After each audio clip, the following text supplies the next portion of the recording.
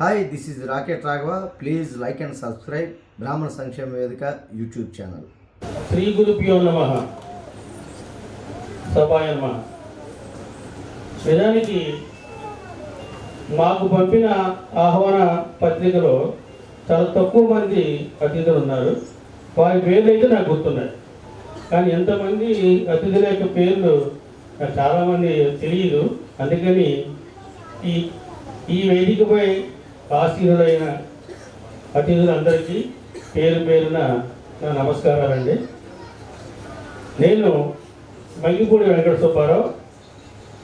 I'm a doctorate working with Godavari institute of engineering and technology and autonomous institution in Rajamahendravaram, Andhra Pradesh.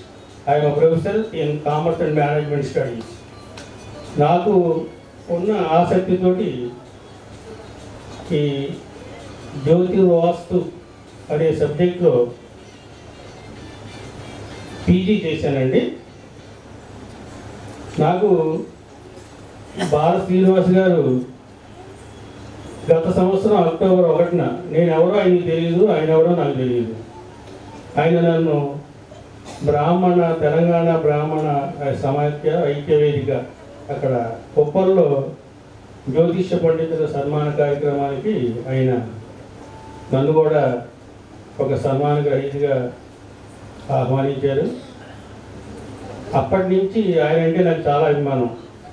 అందుకే ఆయన ఒక్క phone కాల్తో నన్ను రాయమండ్రి నుంచి ఇక్కడ రప్పించగలిగాడు.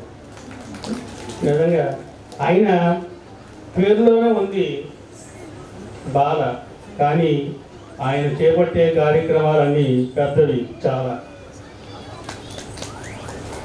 ఈ సభ కార్యక్రమంలో నాకు కూడా ఒక అవకాశం ఇచ్చిన ధార్మిక పరివార సంస్థ వారికి, దాని యొక్క రథసారథి శ్రీ బాల శ్రీనివాస్ గారికి మరొకసారి నా ధన్యవాదాలు తెలియజేసుకుంటున్నానండి. ఇక్కడ నేను ఒక క్లుప్తంగా 2-3 పాయింట్లు చెప్పి ముగిస్తాను. హిందూ ధర్మం అనేది ఒక ప్రత్యేకమైన జీవన విధానం. హిందూ ధర్మం అనేది ఒక ప్రత్యేకమైన జీవన విధానం అండి. ఇది భారతదేశంలో జన్మించిన ఒక ఆధ్యాత్మిక సాంప్రదాయం. ధర్మం అనేది ఆచరణీయ కార్యం. మతం అనేది మన యొక్క అభిప్రాయం. కాబట్టి హిందువుగా పుట్టినా క్రిస్టియన్గా పుట్టినా ఎవరైనా సరే మతం అనేది వాడి యొక్క అభిప్రాయం మాత్రమే. ఇక్కడ హిందూ దేవాలయాలు ప్రస్తుత రోజుల్లో చాలా వరకు కనుమరుగైపోతున్నాయి, అంటే శిథిలమైపోతున్నాయి. వాటి పునర్నిర్మాణానికి ఎవరు కూడా చాలా తక్కువ మంది ముందుకు వస్తున్నారు. నిజంగా ఈనాటి ఈ కార్యక్రమం సత్కార్య సంరంభం, ఆధ్యాత్మికతను సంతరించుకున్న సభ.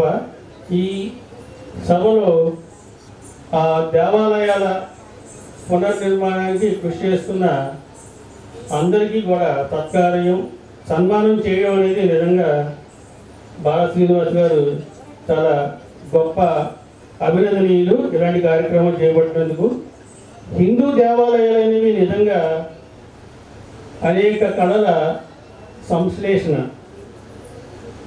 ఆదర్శాలు, నమ్మకాలు వీటికి ప్రతీకగా ఉన్నాయి. హిందూ ధర్మంలో ప్రతిష్ఠించబడిన జీవన విధానాన్ని అన్ని దేవాలయాలు కూడా ప్రతిబింబిస్తూ ఉంటాయండి. ఈ హిందూ దేవాలయంలో ఏం జరుగుతుందంటే మనిషి, దేవతలు, విశ్వపురుషుని యొక్క అనుసంధానం అనేది ఇక్కడ జరుగుతూ ఉంటుంది. అందుకే అది దేవాలయం అయింది. దేవాలయాల్లో మనకు తెలిసినవి చాలా కొన్నే ఉంటాయండి, అందరికీ అన్నీ తెలియవు. అయితే గ్రంథాలయాలు, విద్యాలయాలు, వైద్యాలయాలు ఇవన్నీ కూడా ఆలయాలేనండి. వైద్యుడు దేవుడు, అలాగే ఈ దేవాలయ పునర్నిర్మాణం కోసం పాటుపడుతున్న ప్రతి వ్యక్తి కూడా దేవుడే. ఎవరో వచ్చి ఏదో చేస్తారని మనం అలా కూర్చుంటే ఏది కూడా ఏ పని ముందుకు వెళ్ళదండి. పూర్వం మా చిన్నతనంలో ఒక సినిమాలో ఒక పాట ఉందండి, ఎవరో వస్తారని ఏదో చేస్తారని ఎదురు చూసి మోసపోకుమా, నిజం మరిచి నిద్రపోకుమా. అంటే మనది కాదులే పని అలా ఉండకూడదు. ఎందుకంటే నేను చిన్న ఉదాహరణ చెప్తా. మా వీధి చివరి ఒక వినాయకుని చిన్న గుడి ఉందండి. ఆ గుడిని గురించి ఎవరు పట్టించుకోరు, ఎప్పుడూ వెళ్ళరు, ఒక కొబ్బరికాయ కూడా కొట్టరు. అదే కాణిపాకానికి వెళ్ళి గొప్పగా అక్కడ దేవుడిని దర్శించుకుని ఇంటికి వచ్చి 10 మంది చెప్తారు, మేము కాణిపాకం వెళ్ళాం, అలా వెళ్ళాం, ఏసీలో వెళ్ళాం, ఇంతలాగా ప్రత్యేక దర్శనం తీసుకున్నాం, టికెట్లు తీసుకున్నాం అని చెప్తారు. అది దేవుడు అక్కడ ఉన్నాడండి. సర్వాంతర్యామి దేవుడు అనేవాడు మనందరికీ తెలుసు. కాబట్టి ఎక్కడున్నా ఏ దేవాలయం అయినా అందులో ఉండేది దేవుడే. మనం ఆ దేవుడిని కొలిస్తే అక్కడున్న దేవుడిని కొలిచినట్టే. అలాగే వెంకటేశ్వర స్వామి, ఇలా అనేక దేవాలయాలు ఉన్నాయి. కాబట్టి హిందువులై పుట్టినందుకు మనం హిందూ ధర్మాన్ని కాపాడుకోవాలి. అలాగే హిందూ దేవాలయాల పరిరక్షణ కోసం పాటుపడాలి. అలా పాటుపడినప్పుడు మనం హిందువులుగా పుట్టినా ఇంకో వేరే మతంలో పుట్టినా ఒకటే. నాకు ఈ అవకాశం ఇచ్చిన ధార్మిక పరివార సంస్థ వారికి, శ్రీ బాల శ్రీనివాస్ గారికి మరొక్కసారి నా నమస్కారాలు తెలియజేసుకుంటూ సెలవు తీసుకుంటున్నాను.